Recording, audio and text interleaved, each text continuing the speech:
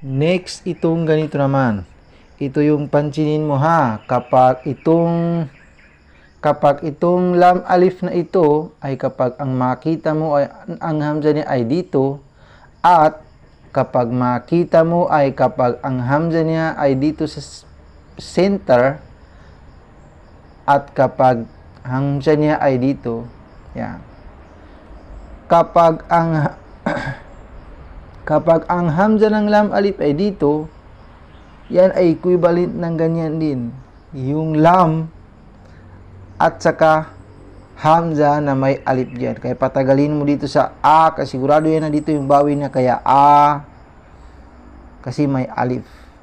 Kapag ang hamza naman ay yung dito yung alif niya sa straight ng, dito yung hamza niya sa straight ng alif, ay parang equivalent din yan ng lam at saka alif na ganyan. Parang ganyan din ang equivalent ng ganyan. Lam at saka alif na dito yung hamza niya sa baba kapag ganyan. Ganon din kapag ang hamza niya ay dito sa taas na naka-straight din sa alif, ay parang ganyan din siya. Yan. Yan. Pakita natin ang example ng halimbawa dito sa Quran.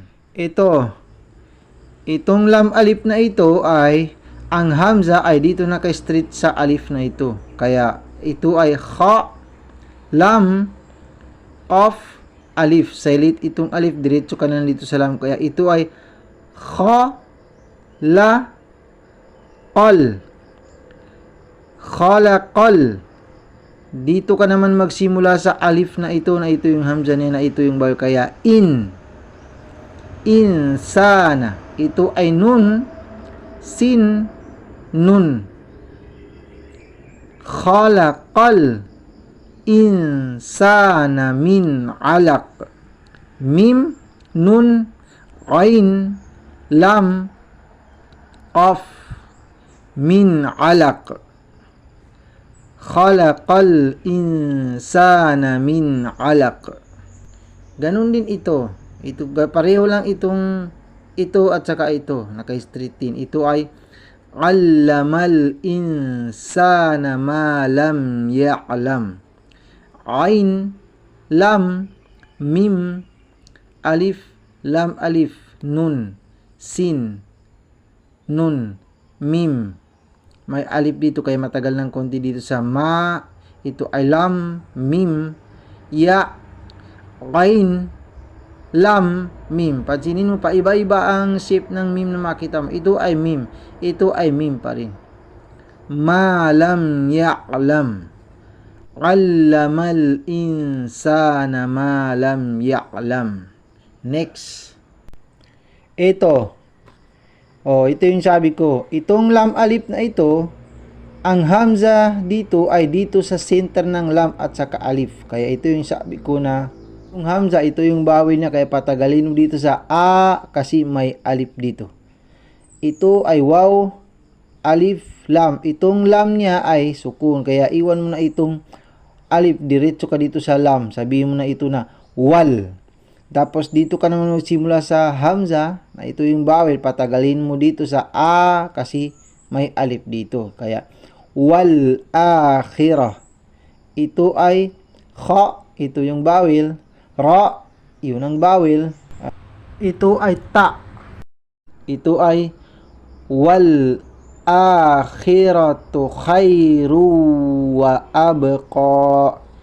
Kha, ya. Kaya ito ay khay. Ito yung tinuro ko doon sa part 2 na lahat ng salita na mabibigkas natin, mga khay, kay, ray, may, muy, duy, ay laging nandito ang ya na ganito ang bawil. Kaya ito ay kha at saka ya na sukun. Kaya khay. Ito ay double ang bawil ng ra. Magtatapos sana sa letrang nun kung basahin. Kaya lang, wow ang kanyang binangga. Kaya hindi magtatapos sa letrang nun dahil nandun sa 6 ka letra na sabi ko na hindi magtatapos sa letrang nun.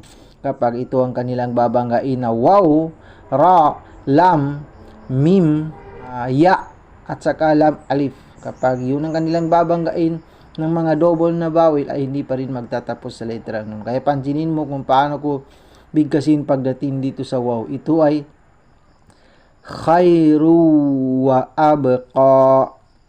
Waw, alif, ba, qaf. Ito ay gagamitin ko yung vowel dito kahit nagtatapos kasi may alif full line dito. Yan. Mayroon pang sign na ganyan na patagalin. Itong ba, kapag basahin natin ang ba na gawin natin sukun, ganyan yung vowel niya, sabihin mo ito na waab. Huwag mo sabihin na waab, ko. Kailangan magbabounce dito sa ba, sabihin mo na waab. Kaya, wal akhiratu khairu wa abqa.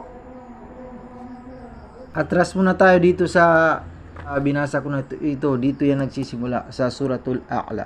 Dito tayo sa sabbihisma rabbikal a'la. Ito ay hamza. Ito ay kailangan marunong ka rin mag-timing dito sa a'la kasi ito ay ain. Kaya ito ay a'la. Sin, ba, ha. Kapag ang ha man or kha or jim ay kapag sa last na lalagay ng nakadikit siya ay ganito yung makita mo. Alif, sin,